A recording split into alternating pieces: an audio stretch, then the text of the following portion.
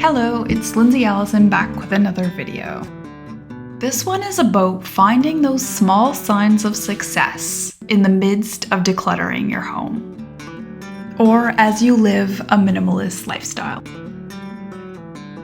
There will be small and sometimes undetectable signs of success as you declutter your home. Whether you're working towards a life of minimalism or you just want to lessen your load a bit, there will be signs of progress and of success. They may easily go unnoticed, at least in the beginning.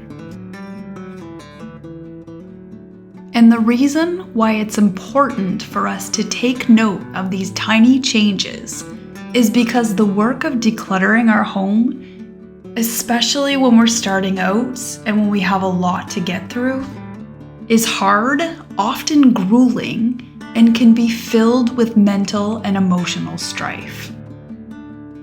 It can be a lonely and self-motivated effort to get rid of years' worth of accumulated possessions. And so, when we're in the middle of it, it can be easy to get lost or disheartened.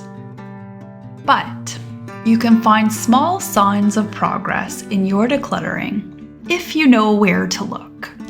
As we plug away through drawers, closets, and tiny corners, slowly, signs of our hard work start to pop up, like the feisty, fearless flowers of spring, reminding us of the beauty to come. We just need to know where to look, and maybe someone to remind us of all our hard work.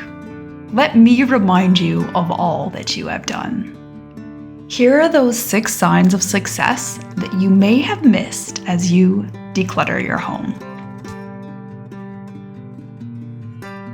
Number 1, the purchases that you make are no longer made in haste.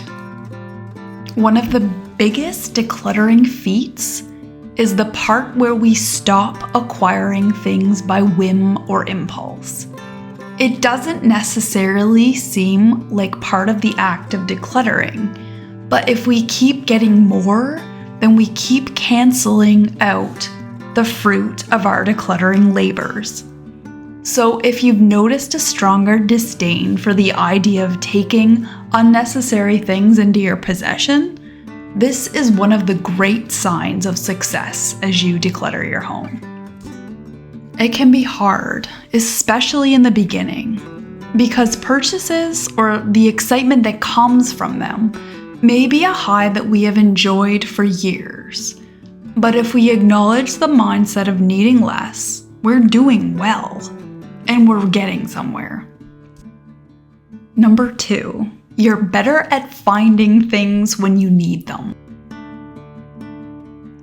It might not be always, but sometimes when someone asks you where something is, perhaps you can tell them the answer with definitive certainty. Where is the 9-volt battery for the smoke detector? You know. As you get to know your home and your possessions better, there is no more mystery. Slowly, as you declutter and organize, the fact that all your stuff logically and easily belongs in a certain place makes finding what you need actually quite fun. Also, the fact that you can physically get to all the spots makes it easy to find things too. So if you notice that you can find things that you're looking for easier, it is a great sign of success in decluttering your home, and that all your hard work is paying off. Good for you. Number 3, your home just seems to work for you. Slowly, your home just seems to be becoming just what you need. Getting things, doing chores, making dinner, whatever it is, it just seems to flow better than it did before. Where once making your favorite meal was slowed by digging through cupboards and drawers, and filled with stops and starts as you searched for the spices or the bowl or another tool.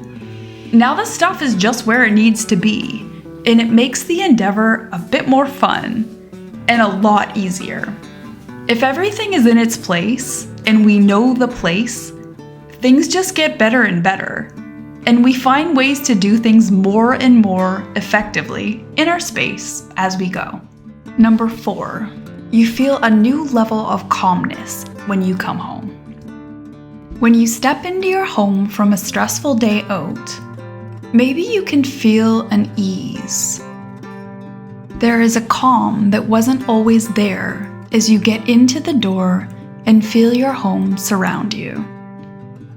Where there may have been stressful piles of things that were calling for your attention, there may now be a sense of serenity that cluttered you was not privy to.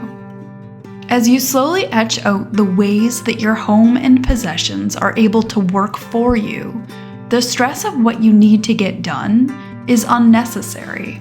It's been taken care of because you have been doing it, leaving a confidence, a certainty, and a well-deserved pride for the work that has gotten you here.